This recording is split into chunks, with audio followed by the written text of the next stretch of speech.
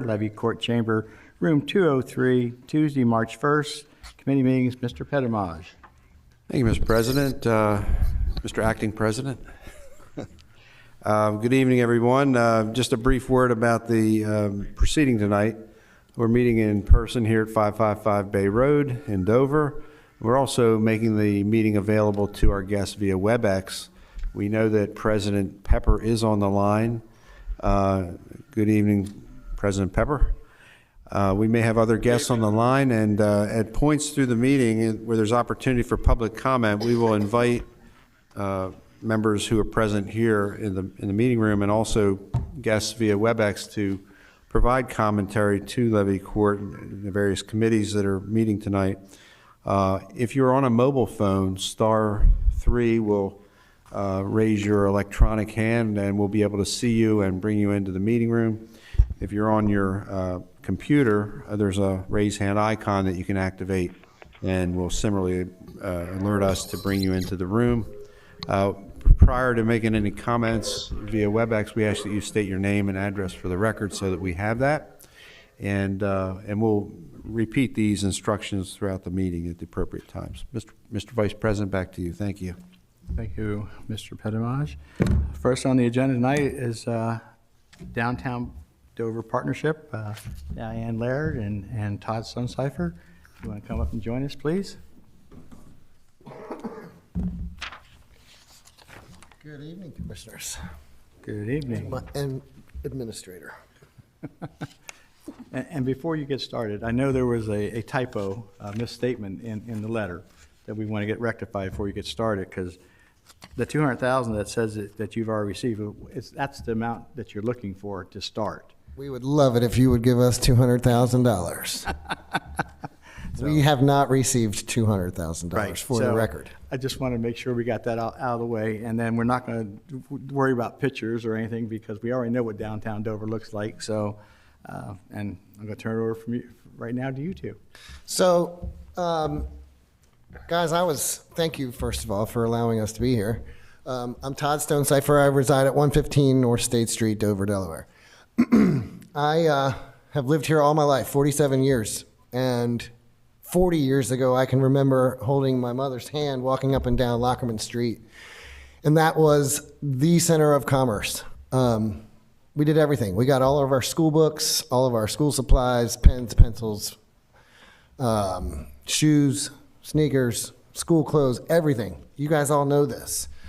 Fast forward 40 years, and you see what we have now. It shouldn't be like that. And I have been put into a position as the president of the Downtown Dover Partnership, and we decided we were tired of getting studies that get placed on a shelf, and we went out, but we want to accomplish something. We want to do something with what's downtown, because we know it can be much better than it is. And so we came up with the idea of, in discussions with a developer, an interested developer, we came up with the idea of taking their idea and making it downtown wide. So we stopped conversations with them and we went out for a proposal. We got 7 written proposals, and we had a committee, an ad hoc committee made up of many people that you know. Diane has the list. I'll let you name them when it's time, if you guys would like to know. We had a committee of some 22 people that reviewed these proposals that we received, and we narrowed it down to 3, shortlisted. Those 3 were invited to come and give us a in-person presentation of what they think they can do for us and with us. And it was unanimous that we had a proposal from an organization known as Mosaic Development Partners and their team of cohorts, which consists of an architect, some transportation designers, studiers, landscape, another company that will engage public for public feedback and ideas. And their proposal came in at $200,000. Unanimous. That's the right people to do this. They're led by a team of developers. So when this plan is created, it will not end up on a shelf because they are planning to put the first shovel in the ground. They want to play in the sandbox that they create. And if there's a developer that wants to play in a sandbox they create, they're not doing it to lose money, they're doing it to make money. So we think that that will attract more private investment, and we will get some things downtown that will be revolutionary as far as I'm concerned. So last year we were able to successfully be awarded $75,000 from the state of Delaware. We put in 15 of our own, and we are committed to $10,000 from the city of Dover, and we've asked for another 25 from them. And we're asking for Kent County Levy Court to be partners with us in this transformation with a request of $25,000 to help us participate in this plan. And I am certainly open to any questions, and if you have anything to add, you certainly can. Yeah, I would, Diane Laird, Downtown Dover Partnership Executive Director at 101 West Lockerman Street in downtown Dover. I do want to add that this firm is uniquely qualified. They're not only investors, they are actually overseers of the master plan at the Navy shipyard right now. They're also working master plan with Cheney University in Pennsylvania, which is an HCBU, historically black college or university, such as is DSU. So they have a familiarity with colleges of that nature, and it's a perfect timing. DSU has just completed their master plan, and we're about to see it probably within the next month.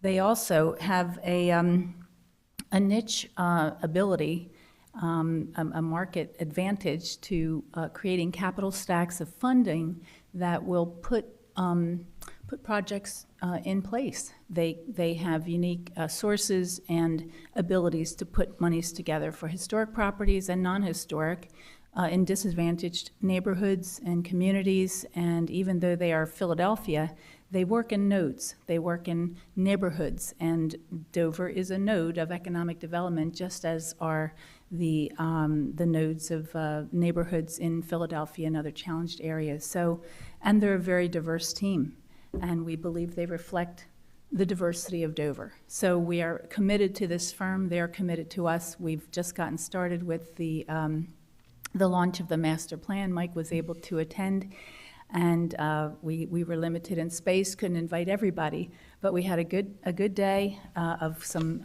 getting to know you. I have an article from that you might be interested in seeing. So I'll just pass these around. Feel free to take one from the top and one from the bottom. But basically, we're excited. We're off and running.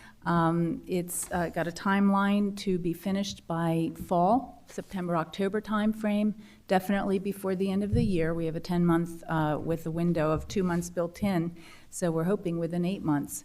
And as Todd mentioned, we're looking to get the plan in one hand that day and a shovel in the ground the same day. I mean, we want to go seamlessly right into implementation.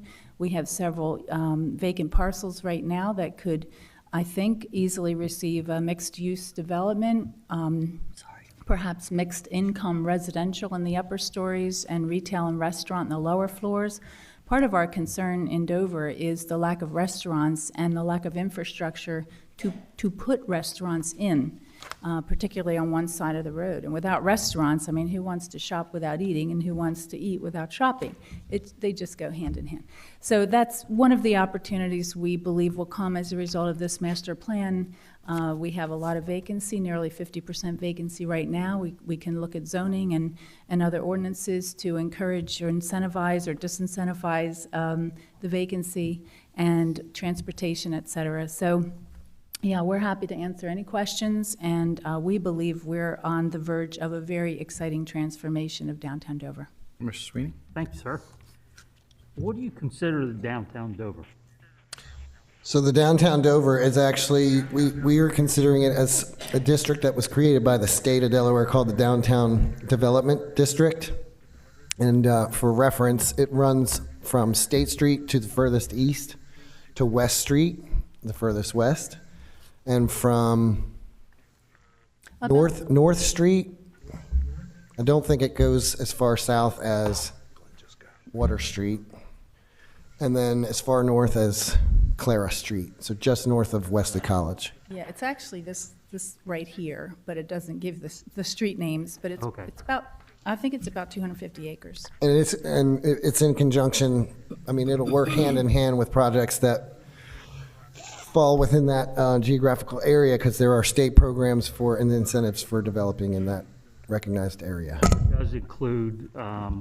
does include the areas around Del State University. Formerly known as Wesley College, yes. Yeah, a portion of that is included in the It DDD. does include the historical areas around the governor's mansion. Yes. And then as far No, north it does not. Not. It goes as far east as State Street. oh, okay. Then it does kind of buckle out a little bit further east in certain little jets, but it does not include that area within that What jurisdiction. about the Short Center It does fall within that geographical area. being included in the plan? Absolutely. Okay. That and other DSU properties Right. that are around about in the area. How many people excuse me, how many people comprise the group that you're a part of? It's not just the two of you. The panel- Correct. The DDP or the panel that made The this? panel. The panel was 11 heavy readers, including our representative and senator, and includes a couple of board members. Linda Parkowski was a heavy reader, Todd and I, and Will Grimes of NCall, and Mike Casson from DSU. Fred And- Neal from the city of Dover, Councilman. Dave Hugg from the city of Dover. Right, and so there were 10 or 11, I think that's everybody. And then others were invited, other councilmen, Kent County Tourism, Pete Bradley, Judy Diogo from the Chamber, and they were light readers and came to all the presentations and provided input. Jeff was invited, and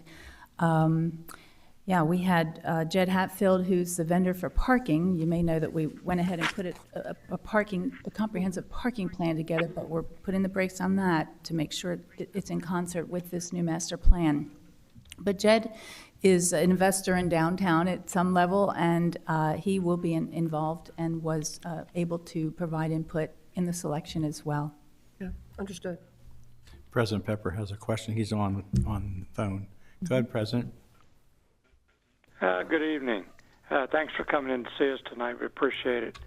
I've did some quick figuring here, and it looks like you're about $60,000 short on what you've either requested or have already got. Who do you see that coming from? Anything from the legislators? We have an ask into the legislators, and we feel confident, but we don't have an answer back yet. They just finished up their JFC Joint Finance Committee meetings, and I've been given no information as to how we fared in those discussions yet. Although we are Okay. confident that particularly Senator Pardee is very committed to the project, and we're very optimistic that we'll be able to, You're optimistic that you can raise the total 200? yes. Yes. Okay. I'll try to get all my questions in right now so I don't have to break back in over the phone. One of the issues that a lot of people address with me is feeling safe downtown, especially at nighttime. Is that something that is going to be addressed? Absolutely. As far as doing some kind of security thing or security lights, or like colleges have on their campuses, a blue light type deal and that kind of stuff. Is something like that going to be addressed, or because I think that would be important, bringing people downtown. Safety is one of the main items that will be addressed, and I don't think you have the luxury, Mr. President, of having our handout in front of us, but the first part of this plan is highlighted on this sheet that we gave you, and it's the portion is entitled "Listen," and so the idea is for they've engaged a company to go out and listen to those that live in this community, because they don't. They live in Philadelphia, or they live in Pennsylvania. But yes, they've already heard multiple times about the fear and the safety issues that we have. Frankly, they laughed at us when they were here and they said, you think this is not safe? When we brought neighborhoods in Center City, Philly, way worse than this out of the crime levels that they had. And I'm sure they're going to hear it multiple more times as they listen to the community and engage the community. So yes, that's going to be addressed. I don't know how it's going to be addressed. That's the whole process or purpose of the plan, is for someone more important than me and better paid than me to give us the direction. Yeah, and to add to that, Right. community policing through environmental design is a safety mechanism that is not using weapons, but is using more subtle tactics for preventing crime and engaging the right population. And one of their basic principles is eyes on the street. So when you get more activity taking place, you get more shopping, more businesses, more people on the street, it will naturally begin to help the crime concerns. And truly, the perception is far worse in Dover, in my experience, having seen many other cities, towns throughout the state and throughout the country, but perception is reality. So we understand that, but I think a lot of this will take care of itself once more investment is made, more residents become, we have I think, a strong opportunity for residential, more residential, when we consider the base and officers that may want to live off the base. We have DSU and graduate students and Bay Health with their residence program. And these are millennials that, in large part, millennials that would probably like to live in a close to proximity to where they're learning or working, and would like to shop and eat and enjoy downtown. So I think all those things coming together are also going to help the safety concerns and perception. Right, I can yeah. tell you that this is a- Todd, I'm like you. I grew up in Dover, and we did all of our shopping in Dover. Matter of fact, when Sears was in downtown Dover, I worked there, and the city of Dover was thriving. People up and down the streets all day, until closing at nighttime, and it was just a nice feeling, nice place to be. I think something like this is great. We can get it off the ground. I know a lot of the buildings downtown have storefronts downstairs and vacant upstairs.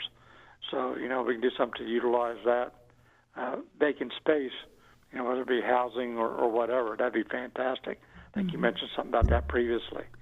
But the one thing that I would like to have, and if the commissioners push this forward tonight as a whole, I would like to do something a little different and have you come back in a certain amount of time to give us a report as to how it's going.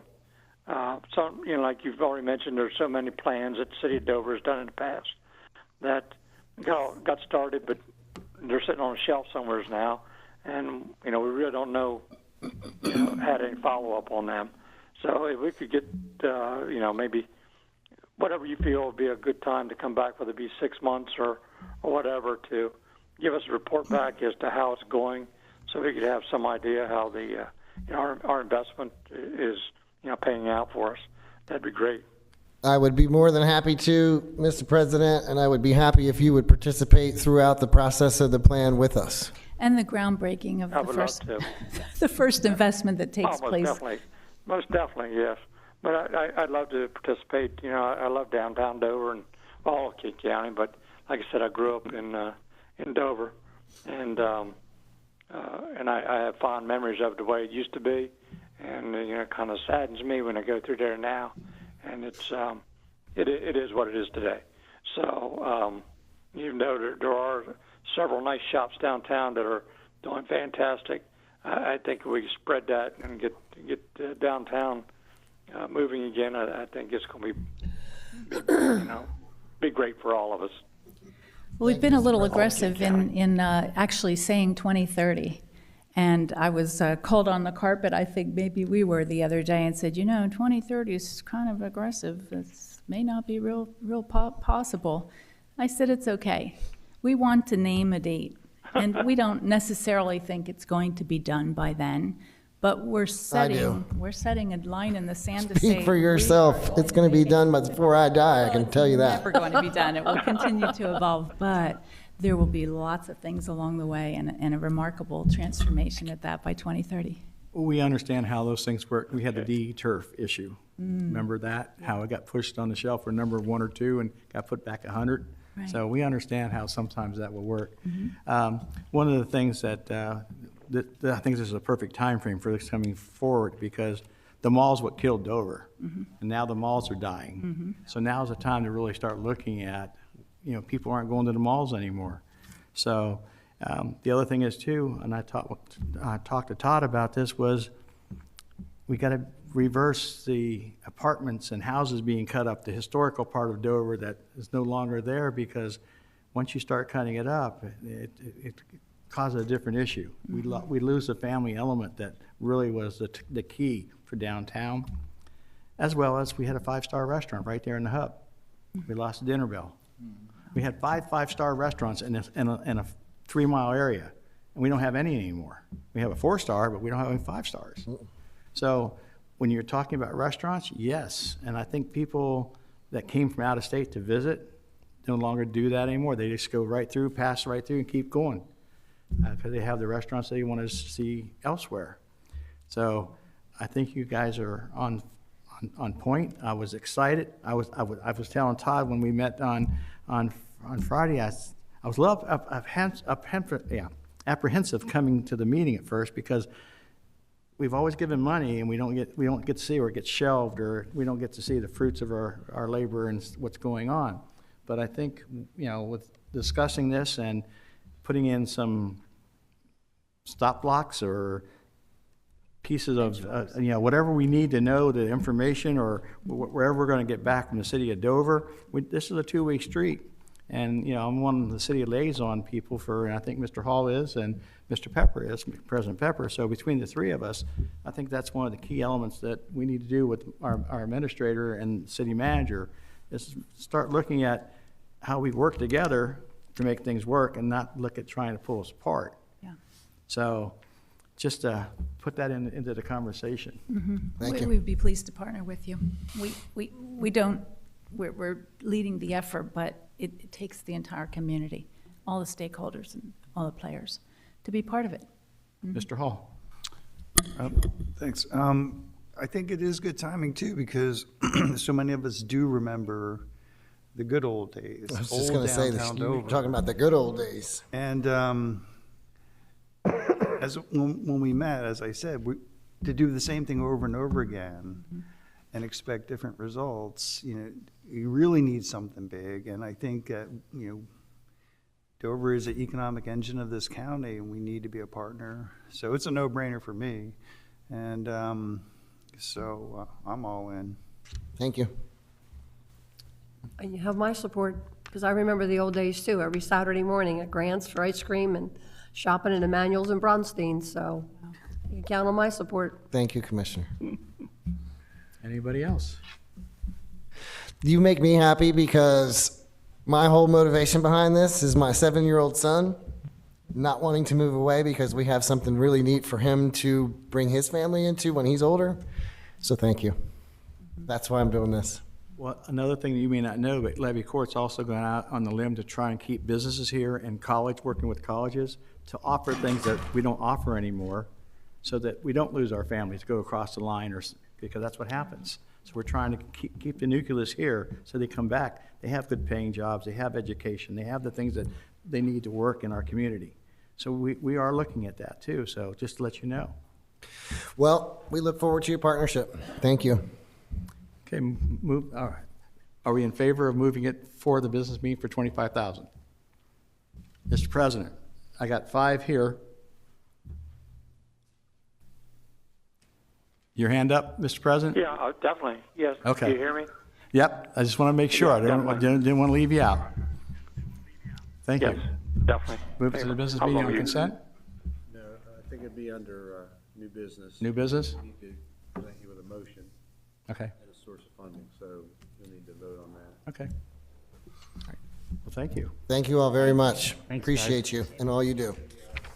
And before I open this up for public comments, I didn't do one thing I need to do. And, because I was excited about having them come, and I was excited about listening, and I jumped the gun. I didn't get a quorum or a call for, open the meeting up for, call to order, so I call it to order.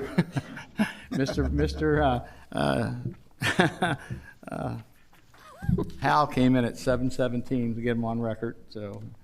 And then Mr. Buxton is at a solar meeting at the Little Creek Fire Hall, because I think he has something coming up, so he's there.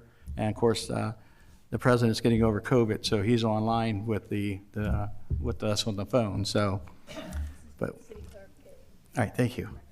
Thank you again. All right, now, any public comments? None online? That was it? Any public comments? Seeing, back to you, Mr. Vice President. Okay. All right, we're on to Mr. Howe. That's a pretty smooth transition there. Thank you. All righty, we've got two items here. We have Diana and Andy here. Andy is going to be here to provide any specific technical information if you should have questions. And we'll just go in order and take it from there. So the first item is the air header valve actuator replacement. It's equipment purchase bid award. So the invitation to bid was advertised and it was opened on February 16th, 2022. And I'm sorry, I kind of skipped. I'm Diana Gold. I'm the Public Works Director. I'm hoping you don't need my address, but we'll use 555 Bay Road. We know where you're at. You can find me.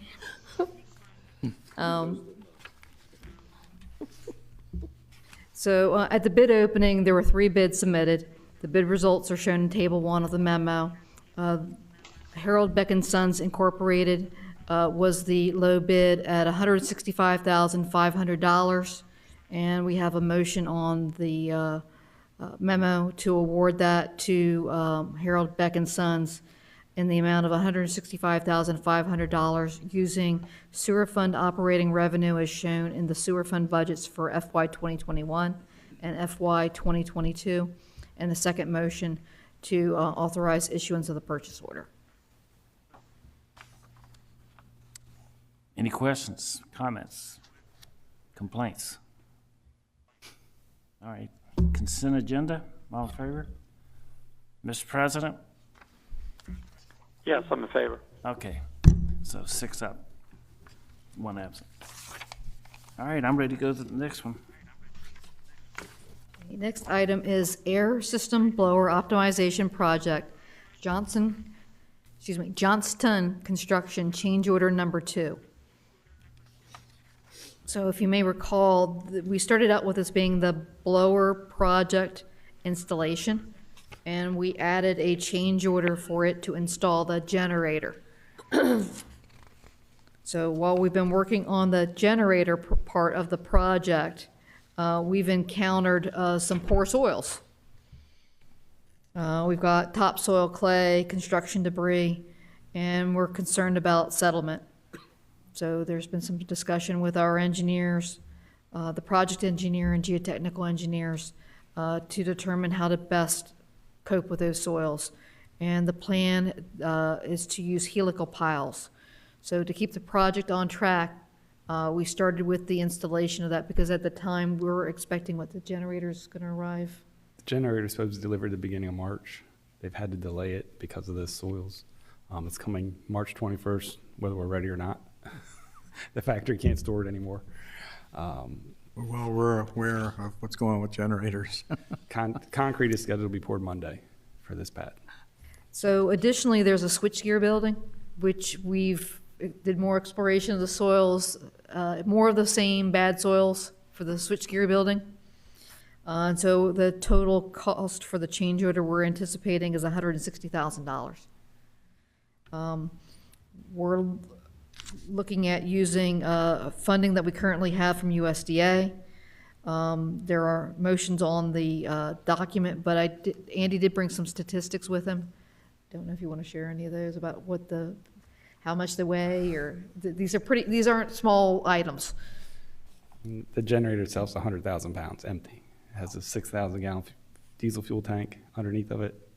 The pad is 25 by 68 feet long that this thing's sitting on. So there's almost 120 piles underneath of it to support it. Installation went very quickly, more than they anticipated. So when we found the bad soils for the switchgear building, they were able to come up with a quick estimate. We saved on materials because we learned from the installation of the generator pad, so it's going to cost a lot less square foot wise to shore this, the foundation of the switchgear building. So that's scheduled for delivery the 1st of April. Mr. Angel. Thank you, sir. I'm starting to learn a lot of this about generators and stuff too. So it's my understanding that diesel goes bad like gas over time and breaks down. Wouldn't it have been better to go propane or natural gas? I'll let Diane answer. So why we went with diesel is it has to do with the number of starts and stops on the engine itself, so that it's more reliable to use the diesel fuel than to use the natural gas. So it's going to be used. It's not a standby then. It's actually permitted to be used.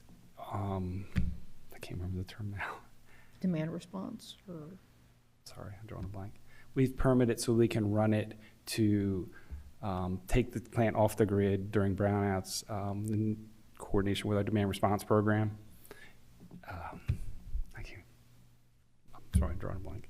The name, but it's permitted so we can run it more than just emergency. Gotcha. As long as it's not a standby for a long period of time, that's what I wanted to trying to get at, because that's the most complaints I'm getting, especially with gas ones, the breakdown with, they have to use a different higher octane. So I just wanted to bring that up too, but I'm fine then. and the other piece is this has a catalytic converter equivalent. I don't think that's, so it is going to put out air that's actually better than a natural gas generator. So that was also a concern when we want that type of fuel. I'm fine. Any more questions? Consent agenda? Anybody online? Doesn't matter. I mean, How about yes? Just Terry. Terry? I vote yes. So we got presumably 6 present and 6. And I have a- we'll go to the consent agenda. I have a One question for absent. Craig, if I could. Craig, the rules say that it can only go on consent if it's unanimous, and we have one commissioner absent. Can they go to consent agenda? My view is that it can, Okay, we'll go with that. yeah. No opposition. Just wanted to make sure.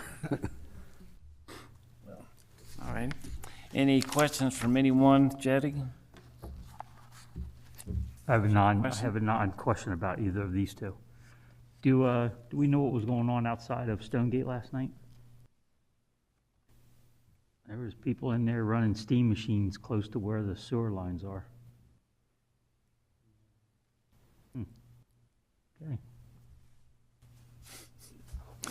Any comments from any spectators, online or otherwise?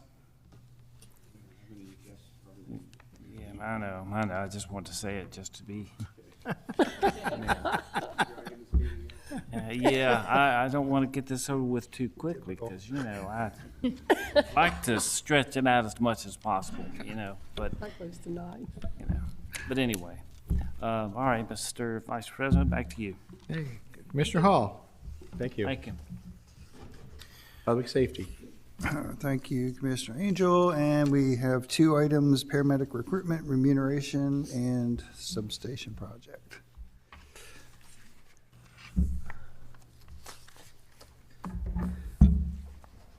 Good evening. Evening. Good evening.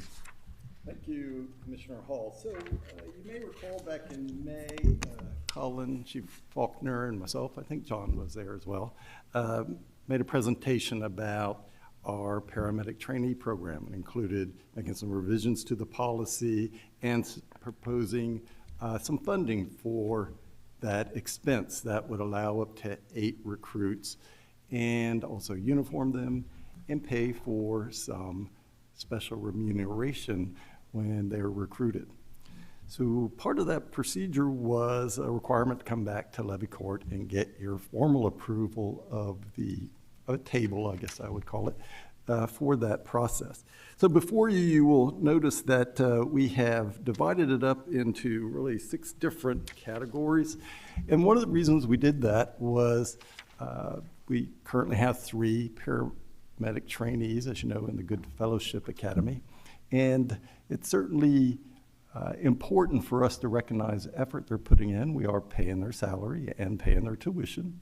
And they do have an obligation to reimburse the county if they were to leave us before the 3 years. But we also want to make sure that they stay with the county after we've made that substantial investment.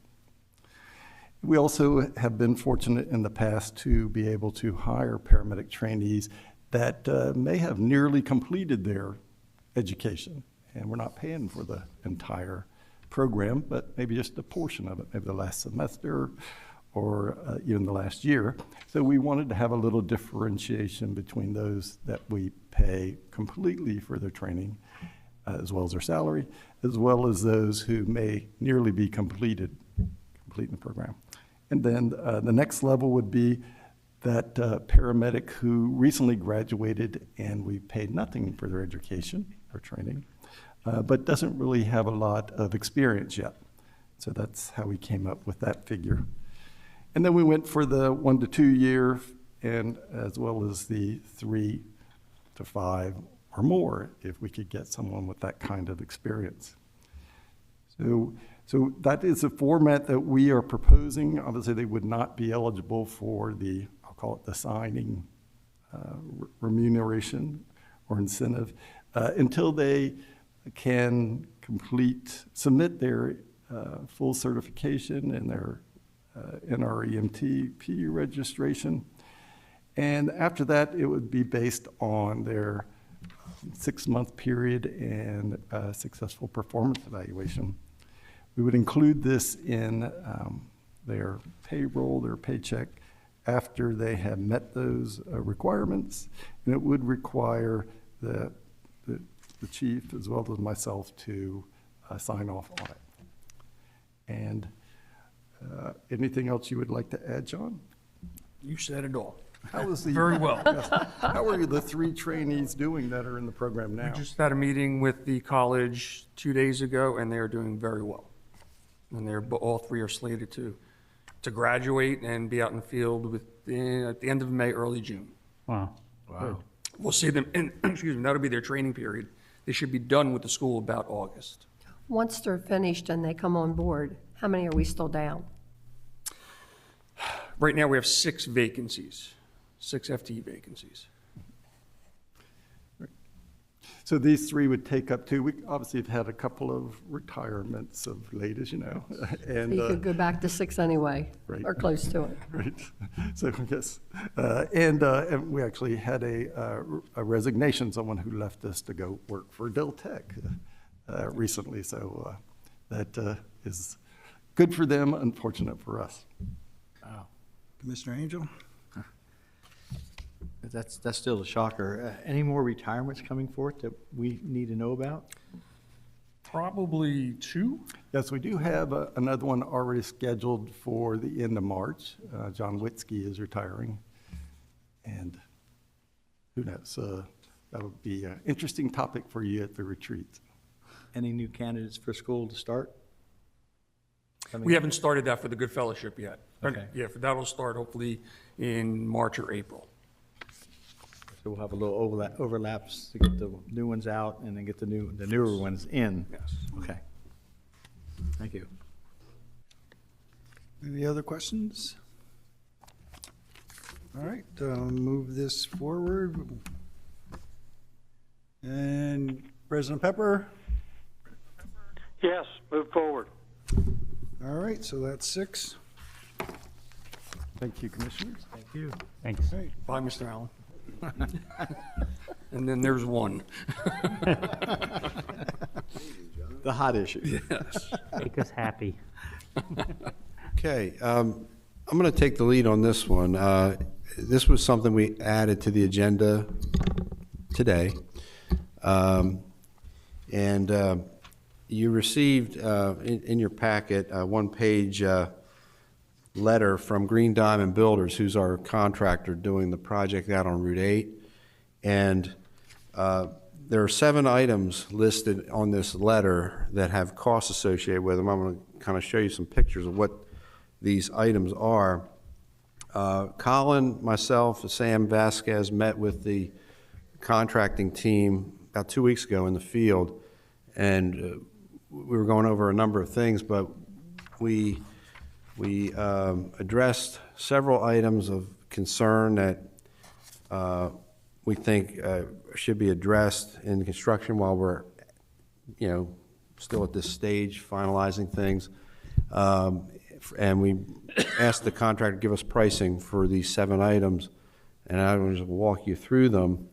You see the prices listed there, and if Levy Court, after we get through all this, if you concur with these improvements, we would need to put it on next week for a vote and get President Pepper to be able to sign this. But briefly, what's on the screen now is the beautiful image of our soon-to-be paramedic substation out on Route 8. It's coming along. It's a lot further along than it was a period of time when not a whole lot was happening, but it's started to pick up. So the first area that I want to call your attention to is the front of the building. This building is relatively close to Route 8. We built within the existing building footprint. We did not move the building back or anything. We built, it was an old Super Soda Center, as you know, and we worked with the existing shell that was there. But the building's close, and so we asked the contractor to give us a price to put protective bollards. If you look at the left side of the screen, on either side of the bay doors to the garage, we envision a protective bollard at the 2 corners and one in the middle, just to protect that brick from, vehicles backing into it or dinging it. And then on the right side of the screen, along that sidewalk, we would like to see a row of protective bollards beginning at right about the end of that sidewalk, and they'll be spaced out about 5 feet apart, 4 to 5 feet on center. And it'll be similar to what we have out front here at the complex. And this is just to protect that frontal area of the building. It's, the day sitting area is basically glass from floor to ceiling in the front there. And we'd like to provide that level of protection. So that's what the first 2 items on the letter list. The first is steel bollards. They're 4-inch steel. They'd be set into concrete. There's 9 of them across there. And then the item 2 is the masonry sleeve that slips over top of the steel bollard. And it's the same design basically as what we have out front now to prevent any vehicles from encroaching into the building. So that's shown as 2 items, but it's really 1, and it would be about $7,800 or so. Number 3 is a privacy fence along our easterly perimeter. Heard from the neighbor, and he's been, a good sport about this whole thing. We've been in his life now for about 2 years doing this project. There used to be a fence along there, and one of the early things that our site contractor did was took down this, it was pretty old, like a stockade type fence. It was a wooden fence. And Mr. Pajul was asked us to replace the fence along that perimeter. And so what we'd like to do is put about 100 linear feet of vinyl fence, privacy fence along that side of the property to basically cut his view of us down and give him some privacy. You see the price there, $4,240. That was from Green Diamond also. Next is the same area we just talked about, that area in front of where we'd like to see the bollards. Right now, the plan calls for this area to be a grass area, like a little lawn. It's about 2.5 to 3 feet wide. It takes off of the edge of that apron going into the bay and all the way to the end of the sidewalk. There's supposed to be grass, but there was no curb planned, and that presents a problem because we'll have tire encroachment onto the grass. It'll probably become difficult to maintain. And the other thing, we have a downspout you see there, and we talked about possibly putting curb up and then grassing it, kind of separating the curb or the grass from the driveway with a curb.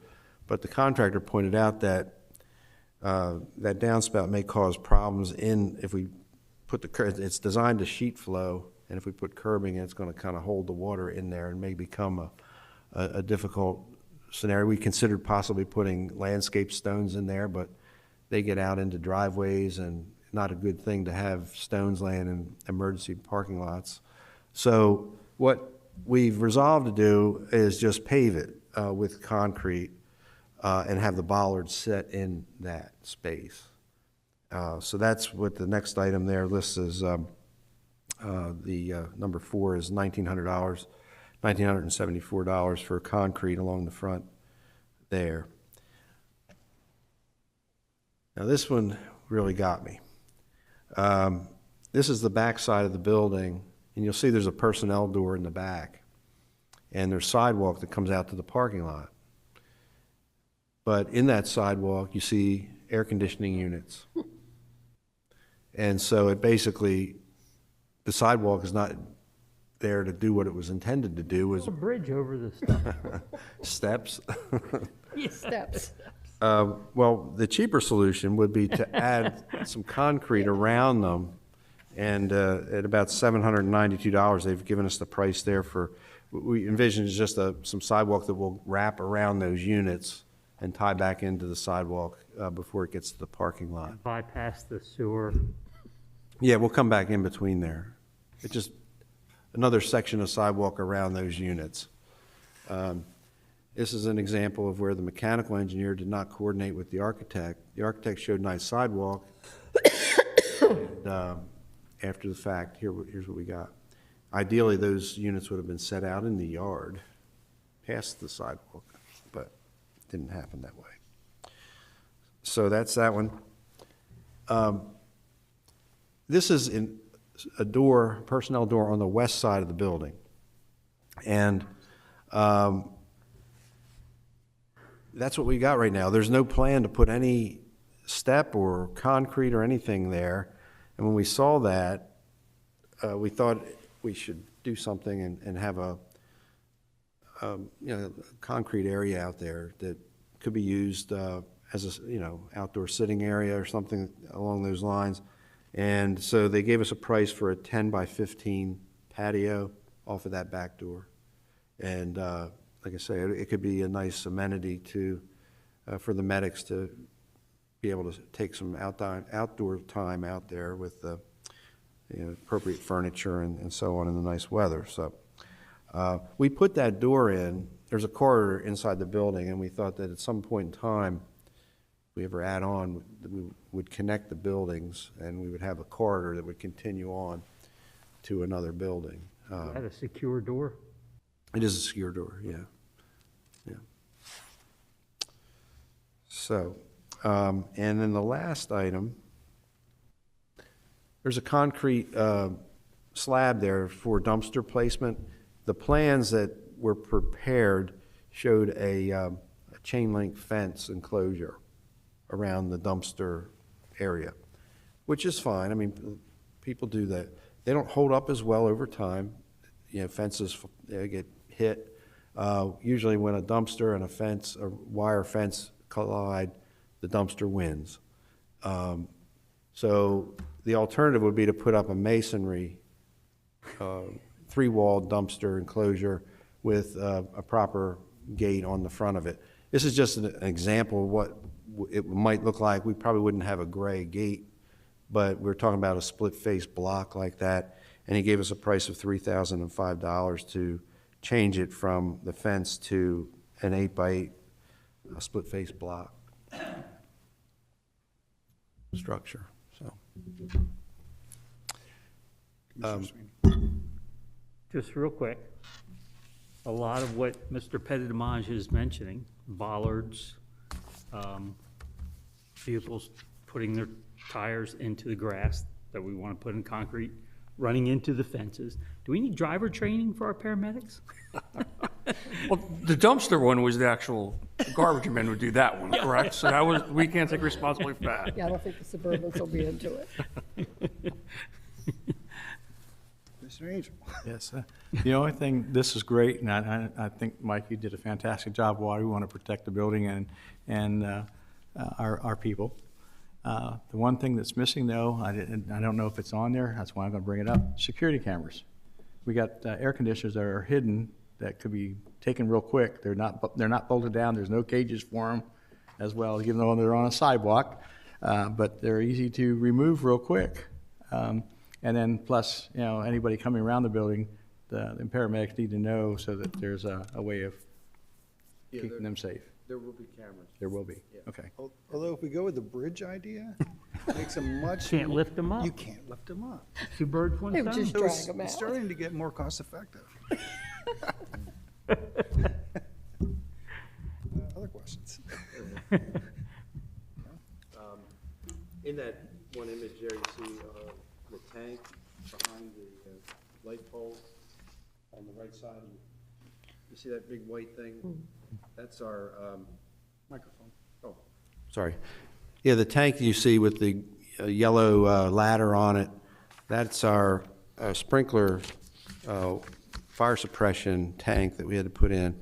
It's a 1,600 gallon, I think. Is it? Or is it bigger than that? It may be bigger than that. But anyway, it's a fairly large tank behind the building, and it's amazing what we had to do to put fire suppression in this building. Is that where it sits? Or does it go up on top? No, it's Really? fixed to the ground. And there's a pump house next to it. You can't see it here. Yeah, I was gonna ask, because I noticed that there were fire hose bibs On the coming out. front. And so is that tied into this? Because Yes. that takes quite a bit of pressure and. Yeah, well, the, what you were seeing, if I can go back, talking about in the front of the building, that? Yeah, Okay, that's a sprinkler connection for the fire department. right. So what happens is if there's a fire, we have a sprinkler system in here, and our system will operate, and it'll, but if building is fully involved and the fire company needs to connect, they connect a pumper truck to it and push water into the system. So That's it's what those are a inflow, not outflow. Right. Oh, okay. Interesting. Yeah. So, but yeah, fairly small building, 1,600 square feet, and it's well protected. Mike, back on the 150 square foot patio out the Okay. eastern door, Forget where that was, let me see. next one, it's the other way, Other way.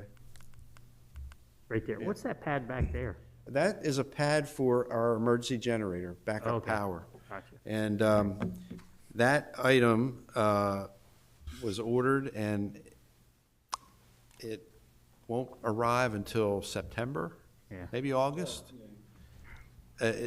They placed the order, it'll be a year. Yeah, we were trying to get the approval to occupy without the generator. Did we get Yes. that? We don't necessarily have it in hand yet that I'm aware of, but I know the fire marshals indicated they would work with us on it. The benefits outweigh waiting for that generator to come in. Yeah, so there will be a piece of equipment sitting on that slab.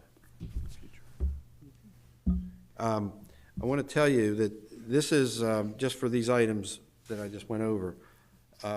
This week, I also received a change order from Green Diamond that I requested the backup for, and also requested them to send it to the architect. The architect's supposed to review it before they send it to us. But there's a change order separate from this $19,000 we're talking about here. The bulk of it has to do with work that was required with respect to DelDOT and the entrance design and improvements that we had to do out along Route 8. The change order, this is change order number 2, and if it stands as it's submitted, it's $72,851. So, and it deals with mostly, as I say, Del dot work, but there was also an oil interceptor that we had to install. It's an underground filter. We have these indoor bays, they have drains in the floor. And I guess Denrec made us, as part of our on-site waste system, we had to put a separate oil separator in there. That was a fairly expensive improvement that wasn't originally planned, wasn't part of the specs that we put out for the project. There was, he's got about $18,000 worth of increase due to price escalation on materials. And another $12,000 for placement of electrical cabinets on the westerly wall. You can't see them in this picture, but we have all the electrical panels on the building, and that was an add-on as well. So, All right. All right. but tonight all we're looking at is this $19,501. What's nice is it actually starting to look like something. It looks very It nice. doesn't look like the old Super Soda Center anymore. Yeah. Nice improvement. Any other questions? And you move forward to a business meeting for Next week? next week? Can we do it on consent? No, I didn't think we could because it Okay, requires a, just asking. I mean, we're spending money here, it'd probably be better we put it on as an action item. No, I'm good. Oh. Okay. Terry? The gun here. Mr. President? Yeah, I'm good. Moving forward. Okay. All right. Any questions? Anyone online? Back to you, Mr. Vice President. Thank you, sir. Thanks, John. Thank you, John. Thank you, John. Thanks, see us. Since there's nothing else, we're adjourned. Very productive. 5:50, 7:50. Thank you, everyone. Thank you. Hey, Terry. Take care, Pep. See ya. All right, Take thank care. you. Take care. See you at leadership tomorrow. Oh, I meant to remind everyone that the retreat is Saturday, 8 o'clock. Susan Durham just came in. She had a memo to pass out in advance of the retreat on financial material for your light reading. And we're scheduled for the Tetra Tech workshop on the 9th. The 9th. Yes, thank you. Wanted to Thanks. remind everyone on that. Folks from Tetra Tech will be here to walk us through some ARPA prioritization exercise.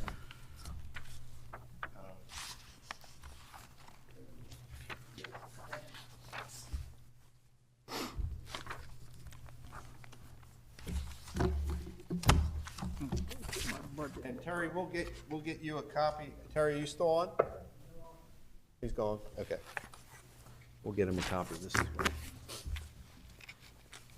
Yeah, so. We're good? Okay. Cool. All right. We'll see you on Saturday.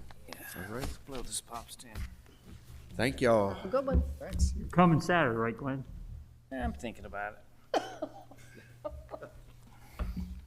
Breakfast and lunch, Glenn. Also, y'all Really? should have received Both of a them? copy of the budget. Yeah. The FY '23 draft budget is out today. So, Nice one, guys. See you Thank you. Saturday. Take care.